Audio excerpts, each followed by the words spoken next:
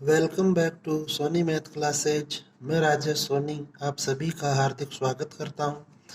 इस सेशन में अपन exercise number 15 का रिवीजन करेंगे। तो यह जो आपकी एक्सरसाइज है यह 4 नंबर की है। एग्जाम में आपको इससे 2 क्वेश्चन मिलेंगे। एक क्वेश्चन होगा 1 नंबर का और एक क्वेश्चन होगा 3 नंबर का। 1 नंबर का जो क्वेश्चन होता है उसका डायग्राम आपको नोटबुक में ही बनाना, अपनी जो आंसर शीट मिलती है उसी में बनाना होता है। और 3 नंबर का जो क्वेश्चन होता है उसका आपको जो ग्राफ है वह ग्राफ पेपर पे बनाना है। ओके, इस चीज़ का भी विशेष ध्यान रखें। तो एक्सरसाइज अपन स्टार्ट करें उससे पहले आप इसके जो नोट्स है वे एक बार अच्छे से देख लें। तो यहाँ पे अब आप देखें कि सबसे पहले मैं चाहूँगा कि आप इस हिस्से का स्क्रीनशॉट ले लें। ओके, और फिर इसे अच्छे से पढ़ें। यह केवल एक ही पेज है इस प्रश्नावली के नोट्स का, बट यदि आप इसे अच्छे से कवर समझते हैं तो आपको कोई भी क्वेश्चन में इस प्रश्नावली के प्रॉब्लम नहीं होगी।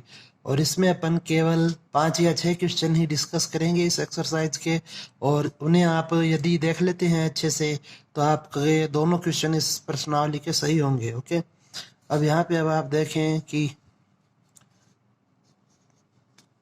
नेक्स्ट आपको यहाँ पर देखना है। पहले आप इस हिस्से को भी आप अब स्क्रीनशॉट ले ले इस हिस्से का कि असमीका वाला जो पार्ट है आपका, यहाँ पर असमीका क्या होती है, किसे कहते हैं। इसके बाद अब यहाँ से आप बिंदुओं को नोट करें। ओके, आपको बिंदुओं को नोट करना है। यहाँ से इस हिस्से का आप अच्छे से अध्ययन करें। ओके, बहुत ही बारीकी से अध्ययन करना है आपको इस पार्ट का। इसमें पूरा थ्योरी लिखा गया है इसकी।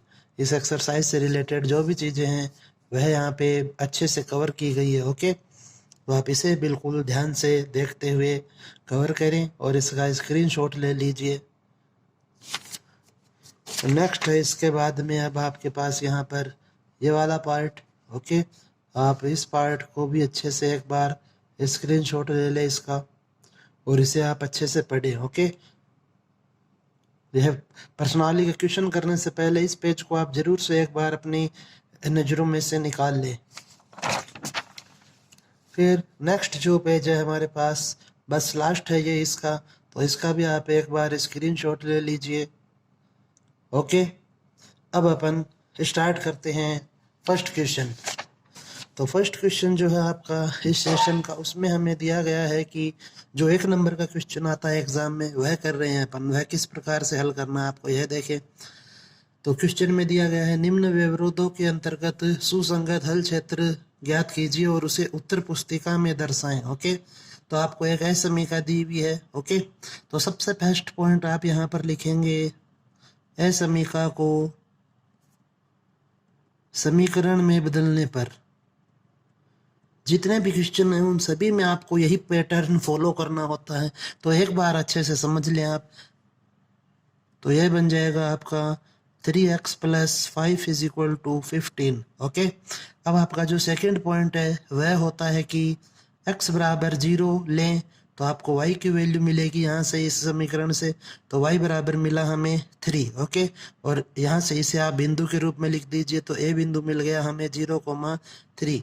अब जब आप y बराबर 0 लेंगे तो x की वैल्यू आपको मिलेगी और वह हो जाएगी x = 5। तो b बिंदु आपको मिला 5,0। ओके, अब आपको इन बिंदुओं को ग्राफ पे व्यक्त करना होता है, लेकिन इसका तो आपको डायग्राम है वह नोटबुक में ही आंसर शीट में ही बनाना है। तो आप आंसर शीट में एक स्केल की सहायता से एक एक्स एक्सिस और वाई एक्सिस बना ले और वहाँ पे इसे रिप्रेजेंट करें। थर्ड जो पॉइंट होता है और जो लास्ट बिंदु होता है, पूरी एक्सरसाइज में ही आपको ये 3 बिंदु ही अपनाने हैं हर एक क्वेश्चन के लिए। आप लिखें असमीका में x बराबर 0 y बराबर 0 रखने पर। तो यह बन जाएगा अब आपका असमीका में रख रहे हैं अपन यहाँ पर, तो 0 + 0 0 < 15। तो यह आपका आया यहाँ पे निष्कर्ष सत्य। तो यदि आपका निष्कर्ष सत्य होता है तो हल क्षेत्र है वह मूल बिंदु की ओर होगा। तो आप यहाँ पे लिखें अतः हल क्षेत्र मूल बिंदु की ओर होगा। यहाँ पर 2 ही संभावनाएं हैं, या तो हल क्षेत्र मूल बिंदु की ओर होगा या फिर हल क्षेत्र मूल बिंदु से विपरीत या दूर होगा। ओके, तो आप अगर यह सत्य है तो मूल बिंदु की तरफ लें, और यदि यह असत्य है तो मूल बिंदु से विपरीत लें। अब आप इसका डायग्राम बनाएं यहाँ पर। यह एक्स एक्सिस मान लेंगे अपन, और यह हो जाएगा यहाँ पर वाई एक्सिस। ओके, तो जो आपको बिंदु दिए गए हैं लेने हैं वे हैं 0,3 और 5,0। तो मैं मान लेता हूँ इसे 0 1 2 3 4 और 5, 1 2 3 4 एंड 5, और ऐसे ही इधर भी आप 1 2 3 4 एंड 5 ले लीजिए। अब जो बिंदु है आपके वे हैं, एक तो यह बिंदु है और एक यह बिंदु। 0,3 है वो ये होगा। अब आप इन दोनों बिंदुओं को मिला दें तो यह आपकी बन गई है एक लाइन जो इस असमीका को व्यक्त कर रही है। चाहें तो आप यहाँ लिख सकते हैं नंबर 1, क्योंकि यह एक ही है यहाँ पर, तो कोई आवश्यकता नहीं है। बट जब 3 नंबर का क्वेश्चन करते हैं तो वहाँ पे 2 या 2 से अधिक असमीकाएँ होती है, तो आपको नंबर भी लगाना चाहिए। और इसका जो हल है वह मूल बिंदु की ओर है, अर्थात इस तरफ का हिस्सा आप इस प्रकार से इसे डार्क कर ले, छायांकित कर ले, तो अर्थात यह हमें ये जो एरिया मिल रहा है यह इस रैखिक प्रोग्रामिंग समस्या का परिबद्ध हल क्षेत्र होगा। ओके, बस इतना सा काम करना होता है यहाँ पे आपको। एक और क्वेश्चन इसका अपन डिस्कस करते हैं। तो क्वेश्चन दिया गया है आपको, निम्न व्यवरोधों के अंतर्गत सुसंगत हल क्षेत्र उत्तर पुस्तिका में ही दर्शाएं। तो यह भी आपका 1 नंबर का ही क्वेश्चन है। तो इसे भी बिल्कुल सेम तरीके से हल करेंगे। पहला बिंदु है समीकरण में बदलने पर, तो यह हो जाएगा आपका x + y = 8। ओके, इसे आप इक्वेशन मानना चाहें तो मान सकते हैं। सेकंड पॉइंट है x = 0 लें तो आपको y की वैल्यू मिलेगी, तो यह हो गया 8, तो बिंदु बना 0,8। नेक्स्ट होता है y = 0 लें तो x बराबर आपको 8 मिला, b बिंदु आपके पास यहाँ पर निकल के आया 8,0। थर्ड जो पॉइंट होता है हमारा, आप लिखें असमीका में x = 0 y = 0 रखने पर, तो यह हो जाएगा आपका 0 + 0 = 0, 0 <= 8। तो यह भी हमें यहाँ पर सत्य मिल रहा है। तो अतः जो हल क्षेत्र है वह मूल बिंदु की ओर होगा। ओके, अब आप यहाँ पर इसका डायग्राम बना लीजिए। तो 1 नंबर में आपको बस इतना ही काम करना होता है। साथ में अब आप एक चीज़ और ध्यान दीजिए यहाँ पर कि जो x है वह आपको दिया गया है > 5, और यहाँ पे था आपका x > 0। तो आप यहाँ पर इन्हें भी आप इस प्रकार से डिनोट कर दें। यह हो गया आपका सॉरी हाँ, यह हो जाएगा आपका y > 0 और यह हो जाएगा आपका x > 0। ओके, नेक्स्ट अब आप यहाँ पर इसके लिए डायग्राम बनाएं। तो यहाँ पे आपको बिंदु लेने हैं 0 8 और 8 0। तो मैं ये मान लेता हूँ 2 4 6 और 8, और यह हो जाएगा आपका 2 4 6 एंड 8। तो जो वैल्यूज है या जो बिंदु है वे आपके ये बने। अब आप इन्हें मिलाएं, यह आपकी रेखा हो गई जो इस असमीका को व्यक्त कर रही है, और जो एरिया है वह मूल बिंदु की ओर है, अर्थात यह आपका इस क्वेश्चन का छायांकित भाग हो जाएगा। और यह चारों तरफ से कवर है, इसलिए इसे अपन कहते हैं परिबद्ध हल क्षेत्र। ओके, नेक्स्ट अब अपन यहाँ पर देखते हैं इसमें जो 3 नंबर में क्वेश्चन आते हैं वह किस प्रकार से सॉल्व करने होते हैं आपको। तो उसमें आपको दिया हुआ है कि निम्न रैखिक प्रोग्रामिंग समस्या को आलेखीय विधि से हल कीजिए, और उद्देश्य फलन जो आपको यहाँ पर दिया गया है वह है z = 200x + 500y, और जो व्यवरोध है इसके वे आपको दिए गए हैं x + 2y। तो यहाँ पे अब आप देखें कि हमें 2 असमीकाएँ दी गई है, तो आप इन्हें सॉल्व करें। तो आप यहाँ पर लिख लें असमीका 1 के लिए। ओके, पहले अपन असमीका 1 को सॉल्व कर रहे हैं। तो यहाँ पे अब आप इसका फर्स्ट पॉइंट लिखें, समीकरण में बदलने पर। बिल्कुल सेम हर क्वेश्चन में आपको यही काम करना है। तो यह हो जाएगा आपका x + 2y = 10। सेकंड पॉइंट होता है x = 0 लें तो y की वैल्यू मिलेगी आपको 5 और y बराबर 0 लेंगे तो x की वैल्यू मिलेगी वह हो जाएगी 10। तो यहाँ से a बिंदु मिला हमें 0,5 और यहाँ से b बिंदु हो जाएगा 10,0। अब आप थर्ड पॉइंट जो होता है वह होता है असमीका में 0 0 रखना। तो आप लिखें असमीका में x बराबर 0 y बराबर 0 रखने पर तो यह बन जाएगा आपके पास 0 ग्रेटर देन इक्वल टू 10। अब आप यह देखिए कि यह इस बार असत्य आ रहा है तो अब आप यहाँ लिखें कि अतः हल क्षेत्र मूल बिंदु के विपरीत होगा। ओके, मूल बिंदु जिस तरफ होगा उस तरफ आपका हल क्षेत्र नहीं होगा। ओके, तो अब आप चाहें तो इसका डायग्राम बना लीजिए साथ में ही। तो यह हो जाएगा, यह अपन यहाँ पे इसका डायग्राम बना रहे हैं तो अच्छे से समझें इसे। आपको ग्राफ मिलेगा एग्जाम में तो आपको उस ग्राफ पे बनाना है। ओके, तो बिंदु लेने हैं हमें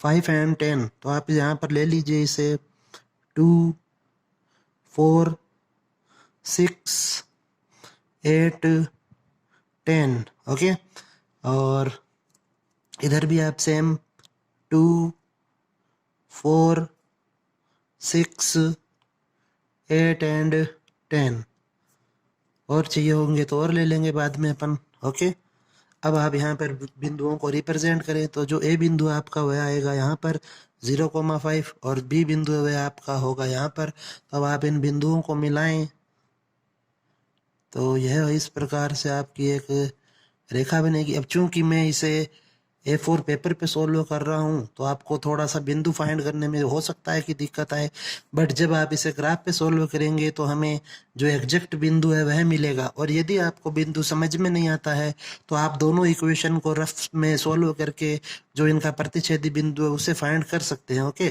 तो यह है आपकी फर्स्ट के लिए लाइन, तो इसलिए आप यहाँ पर फर्स्ट लिख लें। और यह हमेशा इस प्रकार से होगा, जो आपका छायांकित भाग होता है वह हमेशा आपको पहले चतुर्थांश में ही लेना होता है। ओके, इसीलिए x greater than equal to 0 और y greater than equal to 0 लिखा हुआ होता है। नेक्स्ट, अब आप यह तो हो गया आपका यह। अब आपका यहाँ पर देखें कि जो हल क्षेत्र है वह मूल बिंदु के विपरीत है, अर्थात इस बार आप यहाँ पर रेखा बनाएंगे इस प्रकार से। मूल बिंदु तो रह गया यह, तो इसके अपोजिट डायरेक्शन में मतलब इस तरफ हो जाएगा, इसकी ओर नहीं लेना है हमें। ओके, तो यह इसका मूल बिंदु से परे आपका उभयनिष्ठ हल क्षेत्र होगा। अब आप यहाँ पर देखें नेक्स्ट असमीका 2 के लिए अब आप सोल्व कर रहे हैं और नेक्स्ट बिंदु ले रहे हैं असमीका 2 के लिए। तो यह बन जाएगा अब यहाँ पर नंबर 1 समीकरण में बदलने पर जितनी भी असमीकाएं उन सब में ये तीनों बिंदु लगेंगे समीकरण में बदलने पर। तो यह हो गया आपका 3x + 4y = 24। सेकेंड बिंदु होता है x = 0 लें तो y की वैल्यू मिलेगी आपको, तो यहाँ से y की वैल्यू हो गई 6। ओके, y बराबर 0 लेंगे तो x की वैल्यू मिलेगी, तो वह वैल्यू है यहाँ पे आपकी 8। ओके, तो यहाँ से इसे आप C बिंदु मान लीजिए 0,6 और यह हो जाएगा आपका D बिंदु 8,0। थर्ड पॉइंट होता है असमीका में x बराबर 0 y बराबर 0 रखने पर, तो यह बन जाएगा आपका 0 < 24। तो यह आपका सत्य है। तो अतः इस कंडीशन में जो हल क्षेत्र आपका वह होगा हल क्षेत्र मूल बिंदु की ओर होगा। ओके, अब आप ये बिंदु भी यहाँ पे शो करें तो अपना जो डायग्राम था उसमें आप इन्हें भी लिख लें कि यह ए बिंदु है और यह बी बिंदु है।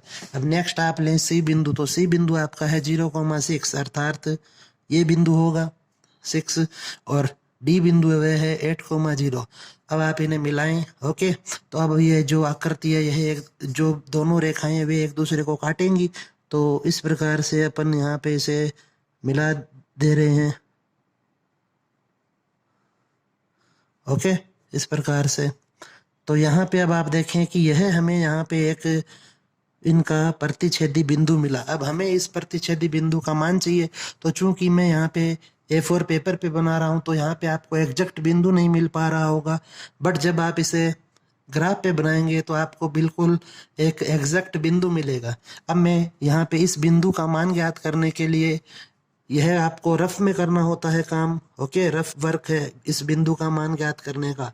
तो आप दोनों है समीकरण लिखें, x + 2y = 10 और सेकंड थी आपकी 3x + 4y = 24, okay, 3x + 4y = 24। तो आप यहाँ पे इनको कैसे भी सरल करके x और y की वैल्यू निकालें। तो मैं इसे 2 से मल्टीप्लाई किए दे रहा हूँ फर्स्ट को, तो यह हो जाएगा 2x, यहाँ बनेगा 4y और यह हो जाएगा 20। तो अब जब आप इसे माइनस करेंगे तो यह वैल्यू कैंसिल हो जाएगी और 2x - 3x इज -x और यहाँ 20 - 24 इज -4। तो x की वैल्यू मिली हमें 4। अब आप यह वैल्यू किसी भी एक इक्वेशन में रखें, तो x बराबर 4 समीकरण 1 में रखने पर तो यह बन जाएगा आपका 4 + 2y = 10। तो 2y बराबर 6 और y की वैल्यू मिली हमें 3। तो आपका यह जो बिंदु है वह होगा 4,3, ओके। इस प्रकार से आप इसे सोल्व फाइंड भी कर सकते हैं इक्वेशन को सोल्व करके, बट यह आपका रफ वर्क है, इसे आप रफ में करें, ओके। यह जो वर्क कर रहे हैं अपन यहाँ। अब आप यहाँ देखें कि इसका जो एरिया है वह आपका है मूल बिंदु की ओर, ओके। तो अब आप यहाँ देखें मूल बिंदु की ओर अर्थात इस तरफ होगा इसका जो एरिया है। तो अब आप यहाँ देखें कि यह जो आपकी फर्स्ट रेखा थी इसका है, इस एरिया है वह ऊपर की ओर है और ये जो सेकंड लाइन है आपकी इसका हिस्सा नीचे की ओर है। तो यहाँ पे अब आप देख सकते हैं कि अपन वह हिस्सा लेंगे जिस हिस्से में दोनों असमीकाओं की लाइनें आ रही हों। तो आपका यहाँ पर जो कॉमन एरिया होगा वह ये वाला हिस्सा होगा, ओके। इसे आप अच्छे से समझने का प्रयास करें कि इस लाइन की अगर बात करें अपन तो इसका एरिया ऊपर की ओर है और इस लाइन का एरिया नीचे की ओर है। तो यह इसका उभयनिष्ठ एरिया बनेगा, क्योंकि यहाँ तो अब आप देखें कुछ भी कॉमन नहीं आ रहा है, यह एरिया उधर जा रहा है, यह एरिया इधर, तो कॉमन पार्ट होगा आपका ये वाला। अब आप यहाँ पर जब आपको उभयनिष्ठ और या ये जो आपका एरिया है वह है परिबद्ध, तो आप लिखें परिबद्ध हल क्षेत्र। तो अब आप इसकी लास्ट में हमें एक सारणी बनानी होती है कोणीय बिंदुओं की, तो आप यहाँ लिखें कोणीय बिंदु, ओके। हर क्वेश्चन में आपको करना है ये, जब भी आपका जो उभयनिष्ठ हल क्षेत्र है वह परिबद्ध हो तो। अब आप यहाँ देखें कि ये जो एरिया है इसके 3 कॉर्नर है, फर्स्ट, सेकंड एंड थर्ड, तो आपके यही 3 बिंदु बनेंगे यहाँ पर। यह था आपका सी बिंदु और यह था आपका डी बिंदु, तो इसे मान लेंगे अपन ई। तो जो ए बिंदु है उसका निर्देशांक है 0,5, सी बिंदु का निर्देशांक है 0,6 और ई जो पॉइंट मिला हमें उसका निर्देशांक है 4,3। और यहाँ आपको लिखना होता है जेड की वैल्यू, तो जेड है आपका 200x + 500y, ओके। अब आप ये वैल्यू जहाँ इक्वेशन में पुट करें तो जेड = यहाँ से आपको मिलेगा 2500, यहाँ से जेड की वैल्यू मिलेगी 300 और यहाँ से जेड की वैल्यू मिलेगी आपको 800 + 1520 300, ओके। अब आपको यहाँ पर न्यूनतम वैल्यू लेनी थी, तो यही आपकी यहाँ पे तीनों में सबसे कम वैल्यू है। तो आप यहाँ इसको इस प्रकार से शो कर सकते हैं कि यह न्यूनतम वैल्यू है। तो आप यहाँ लिखेंगे लास्ट में कि अतः x बराबर 4 और y बराबर 3 पर दी गई प्रोग्रामन समस्या का न्यूनतम हल विद्यमान होगा, ओके। इस प्रकार से आपको यह क्वेश्चन अगर सॉल्व करने होते हैं। तो उम्मीद करता हूँ आपको यह अच्छे से समझ में आया होगा। नेक्स्ट अब आप यहाँ पर एक क्वेश्चन और देख लीजिए। तो नेक्स्ट क्वेश्चन जो मैं ले रहा हूँ उसमें दिया गया है आपको कि रेखिक प्रोग्रामन समस्या को आलेखीय विधि से हल कीजिए। तो यह भी आपका 3 नंबर का जो क्वेश्चन होता है वही लिया है मैंने।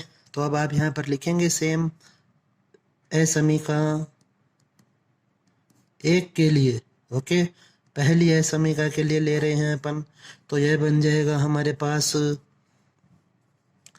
फर्स्ट बिंदु होता है, समीकरण में बदलना होता है हमें, तो समीकरण में बदलें, यह बन जाएगा x plus 2y is equal to 20। Second बिंदु होता है x बराबर 0, तो y की वैल्यू मिलेगी आपको, तो y की वैल्यू मिली यहाँ से हमें 10। y बराबर 0 लेंगे तो x की वैल्यू होगी आपके पास 20। तो यहाँ से a बिंदु मिला हमें 0,10 और b बिंदु मिल गया 20,0। थर्ड जो बिंदु होता है असमीका की जांच करनी होती है, तो असमीका में x बराबर 0 y बराबर 0 रखें, तो यह बन जाएगा आपका 0 लेस देन इक्वल टू 20। तो यह मिला हमें सत्य। तो अतः जो हल क्षेत्र है वह आपका मूल बिंदु की ओर होगा। अब आप इसका डायग्राम बना लीजिए साथ में ही। तो यहाँ पे अपन इसको बना दिए रहे हैं।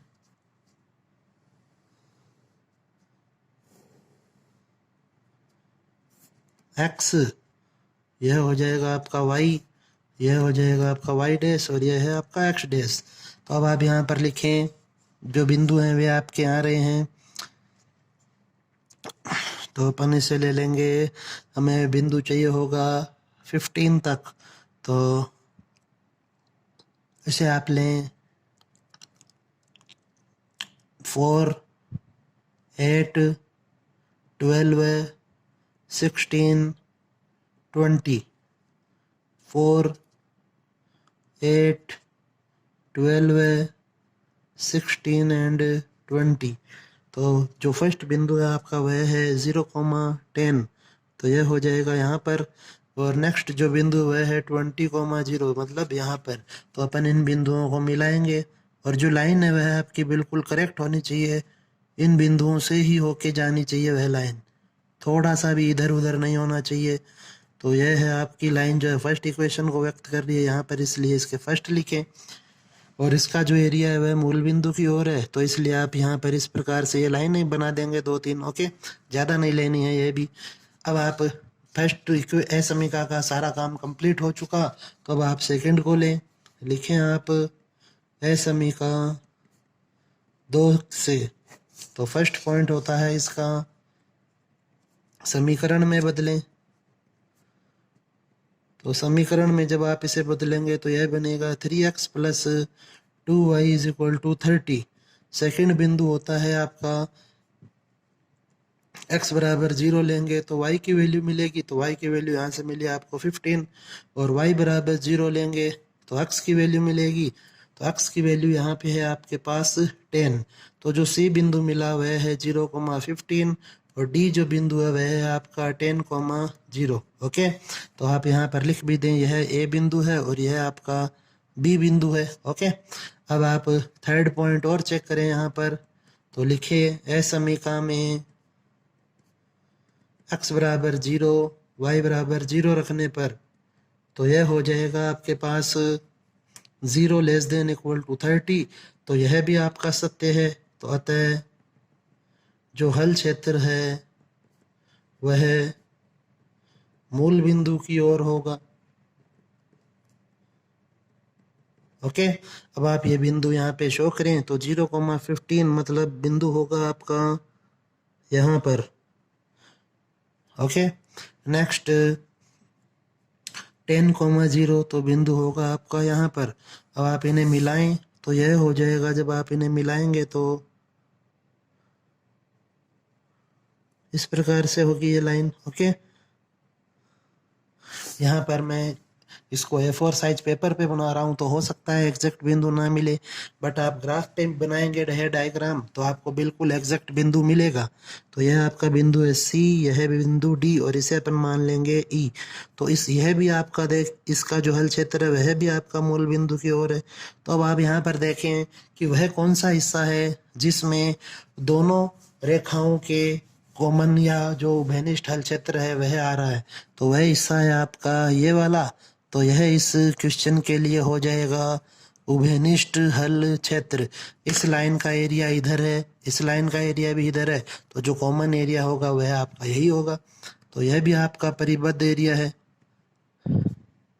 परिबद्ध हल क्षेत्र। ओके, तो अब आप यहाँ पर इसे लिखें कि कोणीय बिंदुओं की सारणी बनेगी अब एक। तो कोणीय बिंदु लिखे यहाँ पे, कोणीय बिंदु। नेक्स्ट यहाँ पे आएगा z, तो z है वो है आपका 20x प्लस 30y। अब आप यहाँ देखें जो कि टोटल बिंदु 4 है हमारे पास, तो ओ को आप चाहें तो लिख सकते हैं, अन्यथा इसे छोड़ा भी जा सकता है, क्योंकि 0 0 पे आपने कुछ यहाँ पे किए ही नहीं। तो आप लिखें ए बिंदु, तो जो ए बिंदु है वह है 0,10। फिर नेक्स्ट जो बिंदु है आपका वह है डी, तो डी बिंदु है आपका 10,0। ई जो बिंदु है उसका अब आपको मान ज्ञात करना है, तो ई बिंदु के लिए आप इसे लिखेंगे x plus 2y is equal to 20, और यह है आपका 3x plus 2y is equal to 30। तो माइनस कर दें इसको, तो -2x इज इक्वल टू -10, तो x की वैल्यू मिली हमें 5। अब आप यह वैल्यू क्वेश्चन में रखें तो आपको y की वैल्यू मिल जाएगी। तो यह होगा समीकरण 1 से 2y इज इक्वल टू 15 और y की वैल्यू हो जाएगी 7.5। तो यहाँ पर आपका जो बिंदु आएगा यह है 5,7.5, और यह आपका जो है काम है, यह आपका रफ वर्क है, तो इसे आप लास्ट में ही करें। तो हो यह आप लिखें 5,7.5। अब यह वैल्यू जो आप यहाँ पे रखें डायग्राम में, ये जो सारणी आपकी यहाँ एक्स और वाई की जगह, तो यह बन जाएगा z इज इक्वल टू 300, यह हो जाएगा z इज इक्वल टू 200, और यह हो जाएगा z is equal to 100 plus 30 into 7.5 करेंगे आप, तो यह हो गया 3 इंटू 75, तो यह हो गया 225, तो अर्थात यह हो जाएगा 325। तो यही इसकी अधिकतम वैल्यू होगी। तो आप लास्ट में लिखें कि अतः x इज इक्वल टू 5 व y इज इक्वल टू 7.5 पर दी गई रैखिक प्रोग्रामन समस्या का अधिकतम हल प्राप्त होगा। ओके, इस प्रकार से आपको यह क्वेश्चन सोल्व करना है। नेक्स्ट अब आप यहाँ पर देखें क्वेश्चन नंबर 5 है आपका 15.2 में, 15.2 का क्वेश्चन नंबर देख रहे हैं अपन 3rd। तो वहाँ पे दिया गया है कि आपको एक प्रकार के केक बनाने के लिए 300 ग्राम आटा और 200 ग्राम वसा की आवश्यकता होती है। तो यह भाषा का क्वेश्चन है, तो यह भी अपन देख लेते हैं, आपको आना चाहिए। तो जो भी वस्तु आप बनाते हैं वह आपको हमेशा ऊपर लिखना है यहाँ पे सारणी में। तो आप लिखें यहाँ पर केक का प्रकार, ओके, कि केक है वह किस प्रकार का है। यहाँ पर अब केक है वह 2 प्रकार के दिए हुए हमें, तो आप यह लिख लेंगे फर्स्ट और यह लिख लेंगे सेकंड। ओके, यह हो जाएगा माना अपन कि फर्स्ट प्रकार के एक्स केक बने और सेकंड प्रकार के वाई। यहाँ आप हमेशा लिखेंगे आवश्यकता या फिर उपलब्धता। ओके, आवश्यकता अथवा उपलब्धता, और यहाँ पे आपको लिखनी होती है वे वस्तुएं जो इस केक को बनाने में सहायक है। तो हमें 2 चीज़ें चाहिए, एक तो आटा और एक चाहिए वसा। ओके, तो अब आप यहाँ पर लिखें। ओके, इस प्रकार से आपको यह एक सारणी बनानी होती है जिसमें ऊपर आपको हमेशा लिखना होता है आप जो भी वस्तु बना रहे हैं वह, तो उसके प्रकार होंगे, तो फर्स्ट सेकंड या जो भी मान दिया हुआ है वह ले लेंगे अपन। और फिर इस साइड में यहाँ पे आपको वे वस्तुएं लिखनी होती है जो उस वस्तु को बनाने में सहायक है। तो यहाँ पे आपको 2 चीज़ें चाहिए, एक तो आटा और एक वसा। तो अब आप यहाँ पर देखें क्वेश्चन में दिया हुआ है कि पहले प्रकार का केक बनाने के लिए 300 ग्राम आटा चाहिए। तो यहाँ आप लिखें 300 ग्राम। फर्स्ट प्रकार की वस्तु को बनाने के लिए आटा चाहिए 300 ग्राम। फर्स्ट प्रकार की वस्तु को बनाने के लिए वसा चाहिए 15 ग्राम। तो यह भी आप यहाँ लिखें। नेक्स्ट आपको दिया हुआ है कि दूसरी प्रकार के केक को बनाने के लिए आटा चाहिए आपको 150 ग्राम। तो यहाँ आप लिखेंगे 150, और वसा चाहिए आपको 30 ग्राम। तो यह आप लिखेंगे यहाँ पर नेक्स्ट ये आगे दिया हुआ है कि यह मानते हुए कि केकों को बनाने के लिए अन्य सामग्री की आवश्यकता की कमी नहीं है तो 7.5 kg आटा। तो अब आप यहाँ देखें कि हमें दिया हुआ है 7.5 kg और जो यूनिट है बाकी वह है ग्राम में, तो आपको इस kg को भी ग्राम में चेंज करना होगा। तो आप इसे लिखेंगे 7500 ग्राम। ओके, नेक्स्ट दिया हुआ है आपको 600 ग्राम भसा कुल। ओके, तो अब आप यहाँ पर देखें हमारे पास इस क्वेश्चन के लिए अब दो व्यवरोध बनेंगे। पहला होगा आटे के लिए और सेकंड व्यवरोध होगा वसा के लिए। ओके, अब आप यहाँ पर लिखें और क्वेश्चन में अब आपको जो दिया हुआ है कि केकों की अधिकतम संख्या ज्ञात करनी है, तो यहाँ पर जो उद्देश्य है व्यक्ति का तो वह है कि केकों की संख्या अधिकतम होनी चाहिए। तो आपने यहाँ पर लिखा था कि माना पहली प्रकार के एक्स केक व दूसरी प्रकार के वाई केक बनाए जाते हैं, तो इसलिए केकों की अधिकतम संख्या एक्स एंड वाई को जोड़ने से मिलेगी एक्स प्लस वाई। और यहाँ पे आप साथ में लिखें अधिकतम। अब इसके व्यवरोध लिखेंगे हम, तो व्यवरोध हो जाएंगे इसके। फर्स्ट वह आटे के लिए होगा तो वह हो जाएगा आपका 300 into x plus 150 into y. और आपके पास यहाँ पर अब आप इसे समझें कि जो आटा है वह इतना ही उपलब्ध है, अपन इससे ज़्यादा काम में नहीं ले सकते। तो जब आपके पास आज उपलब्धता की बात होती है वहाँ पे आपको हमेशा लेस देन इक्वल टू का चिन्ह काम में लेना होता है। अब यहाँ पर ये चिन्ह काम में लेंगे कि अपन इससे ज़्यादा वैल्यू है वह यहाँ पे यूज में नहीं ले सकते 7500 से ज़्यादा। नेक्स्ट आप अब यहाँ पर लिखें सेकंड, तो यह हो जाएगा वसा के लिए 15 into x plus 30 into y less than equal to 600। Okay, यह है फर्स्ट और यह है आपकी सेकंड इक्वेशन इनइक्वलिटी। और x is equal to greater than equal to 0 होगा और y greater than equal to 0 होगा। अब इसे आप स्वयं हल कर सकते हैं। तो जो भाषा के क्वेश्चन दिए हुए होते हैं उसे हमें पहले इस सारणी में लिखना होता है, फिर सारणी में लिखने के बाद आपको इस प्रकार से सारणी की सहायता से ये असमीकाएं बनानी होती है और फिर असमीकाओं को अपन एक एक करके सरल करते हैं। ओके, तो इसको अब आप स्वयं हल कर सकते हैं। अब अपन नेक्स्ट क्वेश्चन लेते हैं, क्वेश्चन नंबर 5। ओके, तो अब आप देखें नेक्स्ट क्वेश्चन। तो क्वेश्चन नंबर 5 में दिया हुआ है हमें कि एक व्यापारी है वह पंखे और सिलाई मशीन खरीदता है। तो अपन लिख लेते हैं कि माना व्यापारी द्वारा एक्स तो पंखे व वाई सिलाई मशीनें खरीदी जाती है। ओके, और इसके बाद क्वेश्चन में दिया हुआ है कि उसके पास निवेश करने के लिए 5760 रुपये हैं और वह अधिकतम 20 वस्तुओं को रखने के लिए ही उसके पास स्थान उपलब्ध है। और क्वेश्चन में दिया हुआ है कि वह एक पंखे और एक सिलाई मशीन को बेचकर 22 व 18 रुपये का लाभ कमाता है। तो जो लाभ होता है उससे आपका हमेशा उद्देश्य फलन बनेगा। तो जो उद्देश्य फलन है इस क्वेश्चन के लिए z बराबर हो जाएगा, एक पंखे को बेचने से उसे 18 रुपये का लाभ होता है और कुल पंखे हैं हमारे पास x, तो यह हो जाएगा 22x। ओके, 22 रुपये का लाभ होता है एक पंखे को बेचने से, प्लस एक सिलाई मशीन को बेचने से उसे 18 रुपये का लाभ होता है और आपके पास टोटल है y, तो यह हो जाएगा 18y। और जो लाभ का क्वेश्चन होता है उसमें हमेशा हमें अधिकतम वैल्यू ही फाइंड करनी होती है। ओके, तो यह इसके मान हो गया। अब आप व्यवरोध लिखेंगे, तो व्यवरोध यहाँ पर दो चीज़ों से हैं। एक तो उसके पास जो धन है उससे बनेगा कि वह कितना सामान खरीद सकता है। नेक्स्ट उस सामान को रखने के लिए जगह के लिए दी हुई बाध्यता, तो वह है कि वह केवल 20 वस्तुओं को ही रख सकता है, अर्थात x प्लस वाई का अधिकतम मान है वह 20 हो सकता है।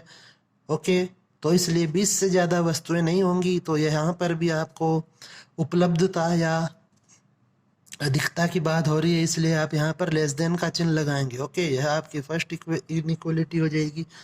नेक्स्ट है रुपए के लिए प्रतिबंध तो वह था कि जो है एक पंखा खरीदता है उसका जो मूल्य है वह 360 रुपये है, तो एक्स पंखे खरीदेगा तो रुपए लगेंगे 360 एक्स प्लस एक सिलाई मशीन का मूल्य है 240 रुपये, तो यह हो जाएगा 240 y less than equal to उसके पास टोटल जितना धन था वह उतने ही रुपए का सामान खरीद सकता है। ओके, तो यह हो जाएगी आपकी यहाँ पर सेकंड इनइक्वलिटी।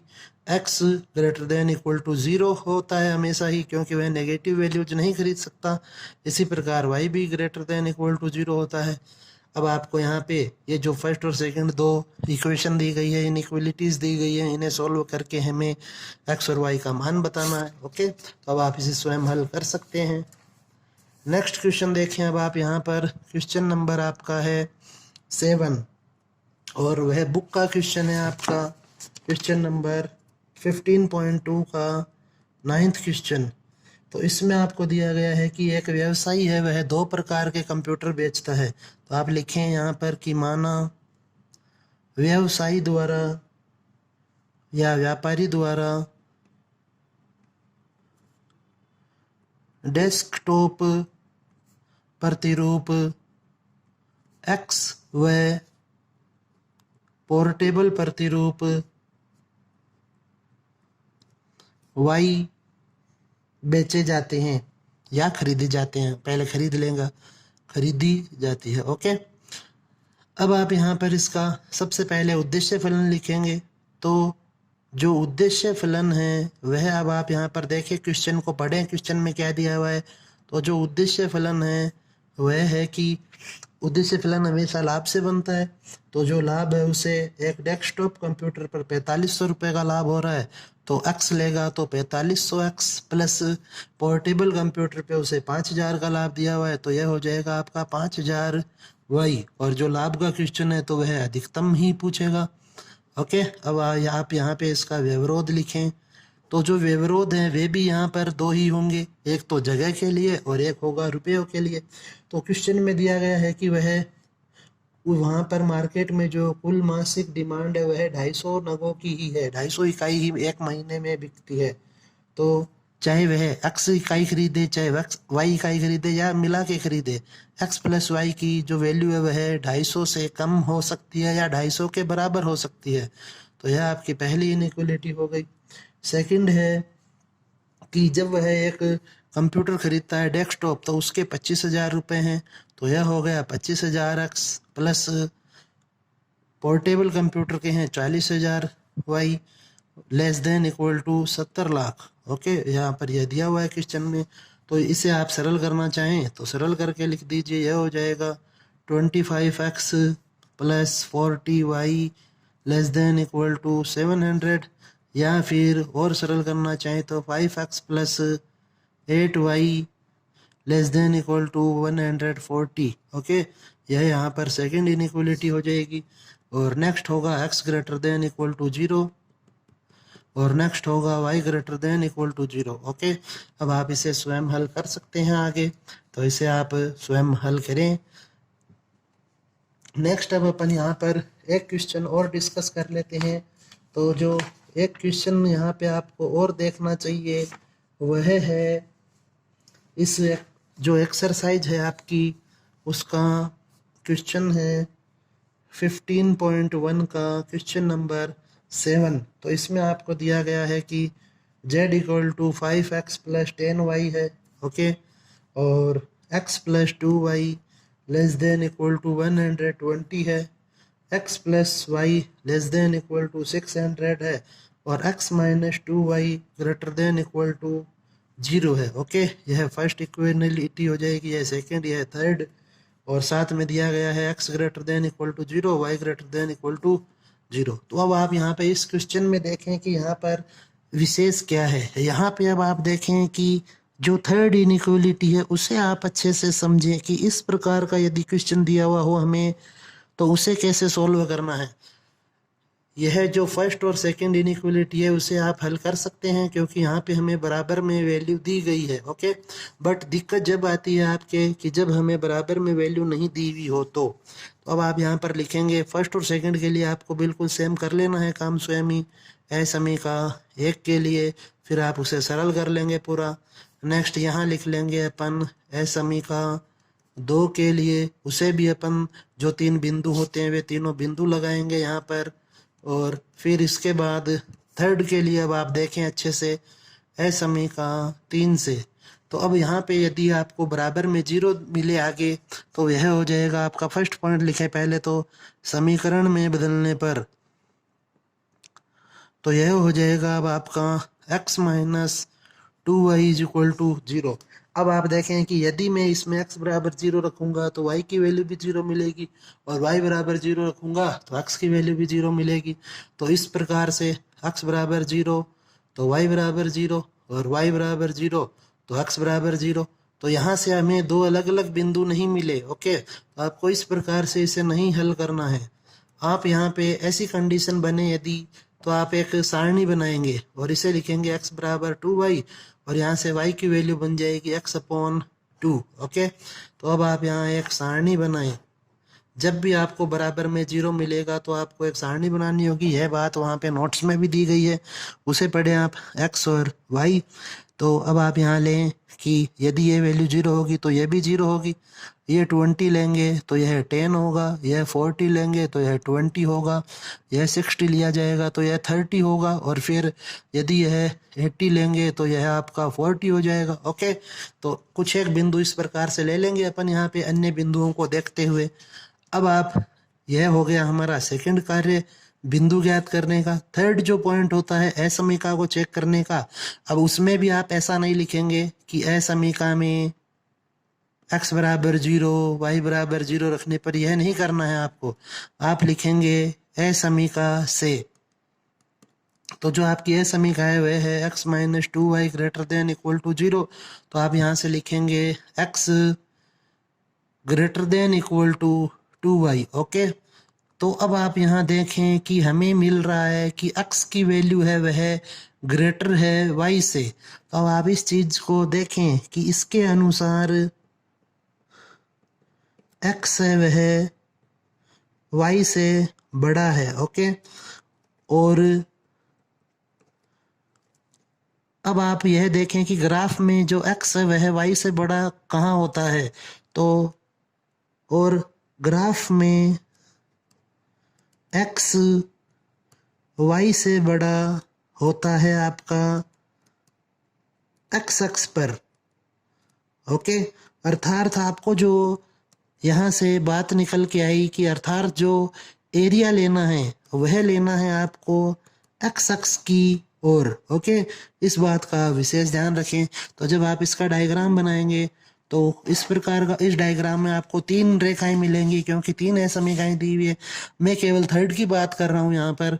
तो यदि यह 20 40 60 80 होगा, 20 40 60 80 होगा, तो यहाँ पे आपको मिलेगा 10, यह मिलेगा 20, यह मिलेगा 30 और यह मिलेगा 40। तो आपकी जो लाइन बनेगी वो इस प्रकार से बनेगी। ओके, तो आपको कुछ एक बिंदु लेने होते हैं इस प्रकार, और फिर आपका जो वेनिस्ड एरिया है वह आपने यहाँ पर लिखा है कि x अक्ष की ओर होगा। क्यों होगा? क्योंकि x है वह बड़ा है 2y से और x है वह बड़ा होता है x अक्ष पर, तो इसलिए इसका जो वेनिस्ड एरिया होगा वह इस प्रकार का इस तरफ का एरिया आपको लेना है। ओके, तो इस क्वेश्चन को भी आप एक बार अच्छे से देख लें, यह आप स्वयं हल करें अपनी नोटबुक में, और जरूर से मेरे को यह आप क्वेश्चन सेंड करें। बहुत ही अच्छा क्वेश्चन है यह इस एक्सरसाइज का।